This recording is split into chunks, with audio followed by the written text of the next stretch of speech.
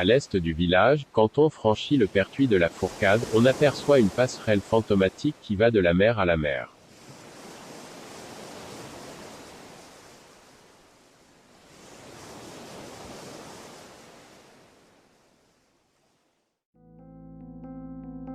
Il y a à peine plus d'une dizaine d'années, cette passerelle permettait de franchir un canal pour accéder à une plage de sable fin.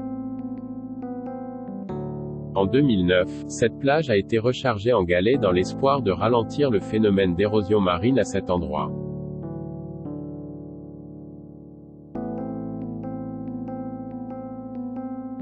En une dizaine d'années, la mer a emporté les galets et effacé la plage de la Fourcade.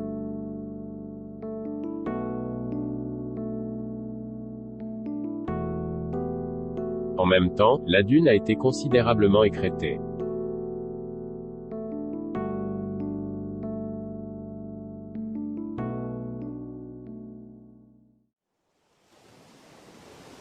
Il a fallu réaliser un imposant enrochement pour éviter que la mer franchisse la digue, au risque de submerger le village et les étangs.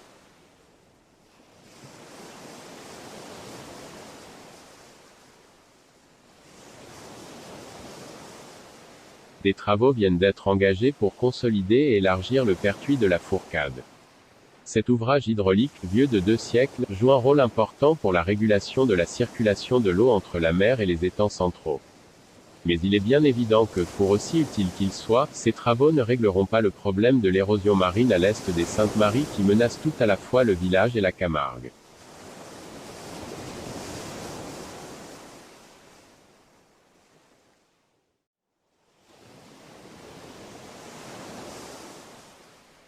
Nous nous rendons maintenant à l'ouest du village, sur la plage d'Orgon, pour constater l'avancée de la mer.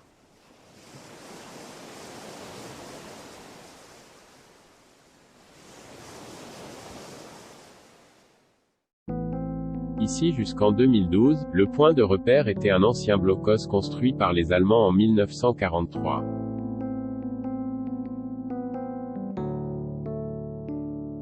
En 2006, le blocos qui jadis était au milieu de la plage, avait déjà les pieds dans l'eau. 4 ans plus tôt, en 2002, il était encore sur le sable.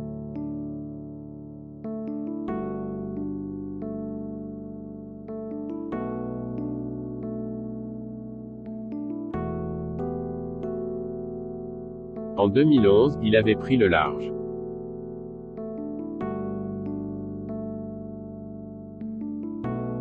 Il fut détruit en 2012. Sur cette vue aérienne IGN de 1965, le blocos se trouve à une bonne centaine de mètres du rivage. En 1953, 10 ans après sa construction par les Allemands, le blocos se trouvait encore à 130 mètres de la mer. Au droit du village des Saintes-Maries, des ouvrages ont été réalisés pour stopper l'avancée de la mer et réduire le risque de submersion.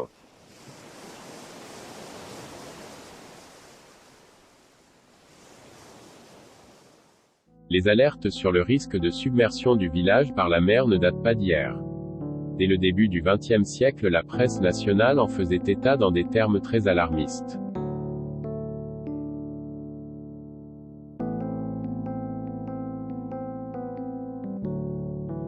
En 1919, le père Ribon que l'on voit ici conduisant la procession de mai 1917, a lui-même donné l'alerte dans le journal catholique L'Univers. Malgré l'urgence et les assauts de la mer, durant des décennies, la protection du village a été assurée par des blocs et des rochers disposés en front de mer. Comme on peut le voir sur ces photos prises en 1960, les blocs et les quelques épis construits dans les années 40 sont en piteux état. Face à cette situation, plusieurs tranches de travaux vont être engagées pour protéger le village de l'érosion marine. En 1970, l'épi des amphores. De 1980 à 1993, les digues de Port-Gardian, l'épi hanté des Arènes, les épis de Talacap et ceux de la Fourcade. De 2004 à 2010, les brises-lames du Clos du Rhône, les épis des Launes et de Camille, les épis hantés de la Brise. Entre 2004 et 2012, le coût de réalisation et d'entretien de ces ouvrages s'est élevé à 15 millions d'euros. Au milieu du XIXe siècle, le village, qui possédait 1000 habitants, se trouvait à 600 mètres de la mer. Aujourd'hui, le village qui compte 2600 habitants, fait face à la mer. En observant l'évolution du trait de côte au milieu du XIXe siècle, en 1953 et de nos jours, nous pouvons évaluer le recul du rivage en différents points de la commune. Au niveau de la plage des Arènes et des Amphores, depuis 1850 la mer a avancé de 500 mètres. Grâce aux ouvrages de défense qui ont été réalisés depuis les années 1980, le rivage n'a pas reculé depuis 1953. On constate même un rechargement en sable des plages des Arènes et des Amphores. À la Fourcade, depuis 1850, la mer a avancé de 800 mètres. Au niveau du Pertuis, depuis 1953 le rivage a reculé de 320 mètres. À Orgon, à l'embouchure du Petit Rhône, depuis 1850 la mer a avancé de 1200 mètres. Les ouvrages de défense réalisés en 2004 ont permis de stabiliser le rivage et même de créer de petites plages.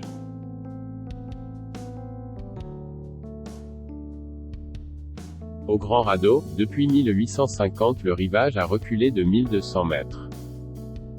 Ici, depuis 1953, malgré les épis réalisés en 1980, la mer a avancé de 280 mètres.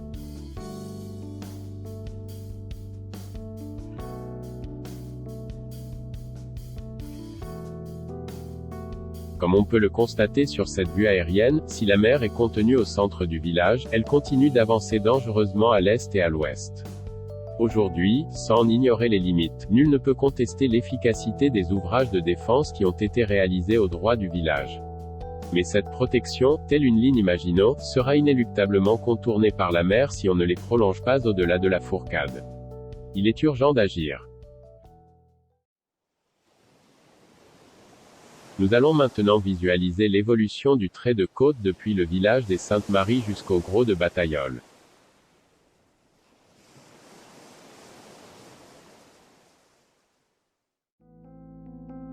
En superposant une carte d'état-major de 1850 avec une vue aérienne IGN de 2017, nous pouvons mesurer l'avancée de la mer depuis environ 170 ans.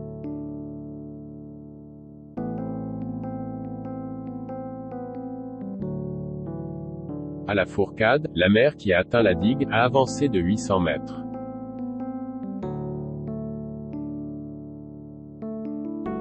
Au Pertuis du Rousty, le trait de côte n'a pratiquement pas bougé depuis 170 ans.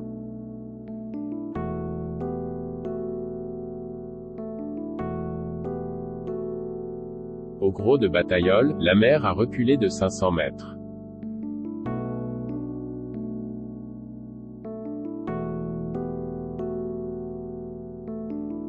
Côté est, la zone de recul du littoral est comprise entre le village et le Gros de Rousty avec un point critique au niveau du Pertuis de la Fourcade. Nous allons maintenant élargir le champ depuis l'Espiguette jusqu'à Bauduc en comparant toujours la carte de 1850 avec les vues aériennes IGN de 1953 et 2017.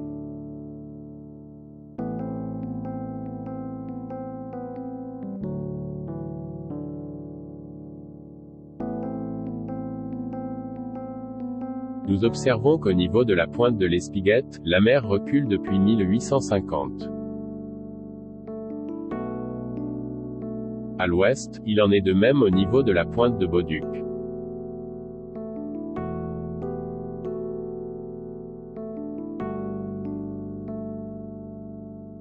Nous constatons également que le trait de côte n'a pas reculé depuis 1953 de l'Espiguette jusqu'à l'ouest des Saintes-Maries de la Mer.